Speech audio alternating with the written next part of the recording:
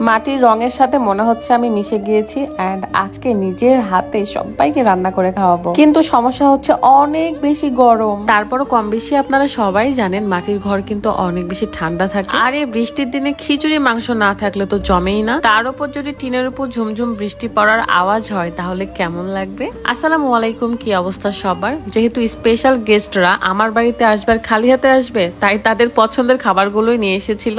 এদিকে আমরা সকাল থেকে কেউ কিচ্ছু খাই এত বেশি ব্যস্ত ছিলাম সবাই, তাই আমরা এখন সবাই মিলে নাস্তা করব, তারপর আমি রান্না বান্না শুরু করব। ড্রাগন রনি ভাইয়ার অনেক বেশি পছন্দ, তাই কাটতে কাটতে আমি নিজেও খেয়ে ফেলতেছি। আমার কাছে গ্রামের একটা জিনিস ভালো লাগে, সেটা হলো খেজুরের পাটি, যেটা বিছিয়ে আমরা সবাই মিলে একসাথে বসে পড়েছি। আর মাশাআল্লাহ আমার বাপের বাড়ি এখন মেহমান দিয়ে ভরপুর। আমার আব্বু আত্মীয় স্বজন অনেক বেশি পছন্দ করে। দেখেন সন্ধ্যা হয়েছে আর বাড়িতে যখন লাইট জ্বলে তখন খুবই সুন্দর দেখা যায় আমার এই বাড়িটা। মোটামুটি নাস্তা করে পেট আগে শান্তি করব, তারপরে অন্যান্য কাজ করব। বাড়ির কাজ এবং রান্না বান্নার কাজ আমি খুব ভালোই করতে পারি, তাই সবাইকে বললাম তোমরা একটু রেস্ট করো, কিছুক্ষণ সময় দাও, তাহলে আমার খিচুড়ি এবং গরুর মাংসটাও রান্না হয়ে যাবে। তাও আবার আজকে চুই ঝাল দিয়ে গরুর মাংস রান্না করব, যেটা সবারই অনেক বেশি পছন্দ। আর আমাকে দেখে মনে হচ্ছে আমি মাটির সাথে মিশে গিয়েছি, কারণ মাটির কালারেরই একটা ড্রেস পরেছি, যেটা আমার অনেক পছন্দের। এদিকে আমার রুকাইয়া বলছিল আম্মু গরম লাগছে, ফ্যানের পাওয়ারটা বাড়িয়ে দাও। মাটির ঘরগুলো ঠান্ডা হলেও আজকে অনেক বেশি গরম ছিল, যদিও বৃষ্টি হচ্ছে তারপরেও গরম ছিল। তো মেয়ের সাথে আগে খেলাধুলা করলাম, তার সাথে কিছুক্ষণ গল্প করে তার মনটা ঠিক করে দিলাম।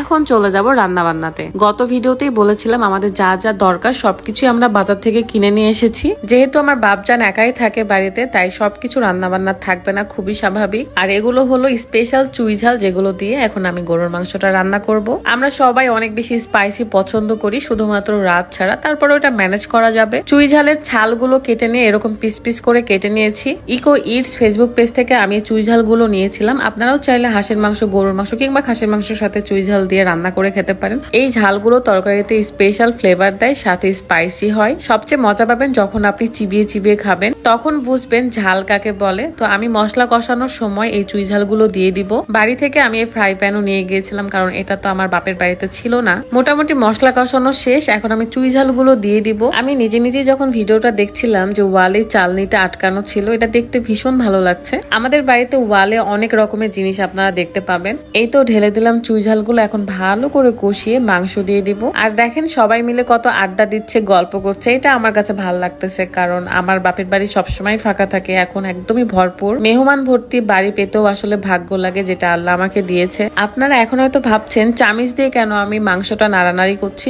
আসলে ছুন্নিটা খুঁজে পাচ্ছিলাম না, তাই চামিচ দিয়েই করছিলাম। এদিকে আমার বান্ধবী তৃষার ছোট বোন তামান্না, যাকে আমরা সবাই অনেক বেশি ভালোবাসি, বলতে পারেন অনেক আদরের, তো সে আমাকে অনেক বেশি হেল্প করছিল, তাই তার চুলটা বেঁধে দিচ্ছিলাম। আমাদের দেখে হয়তো বোঝা যাচ্ছে না যে আমরা কেমন গরম ফিল করতেছি, তবে আপনারা যদি আমার সাথে থাকতেন তাহলে বুঝতেন। একটু আর্লি যাতে মাংস রান্নাটা কমপ্লিট হয়, তাই কষানোর পরে আমি প্রেসার কুকারে দিয়ে দিয়েছিলাম এন্ড একটা থেকে দুইটা সিটি ওঠার পরপরই নামিয়ে নিয়েছি। তারপর একটা বড় হাঁড়িতে খিচুড়ি চাপিয়ে দিই। একটু ভয়ে ভয়ে ছিলাম যে খিচুড়িটা কেমন হবে, কারণ এরকম বড় হাঁড়িতে রান্না করতে ভয় করে, বিশেষ করে যখন স্পেশাল মানুষদের জন্য খিচুড়ি রান্না করছি, তো এই কারণে একটু টেনশন হচ্ছিল যে কেমন হবে না হবে।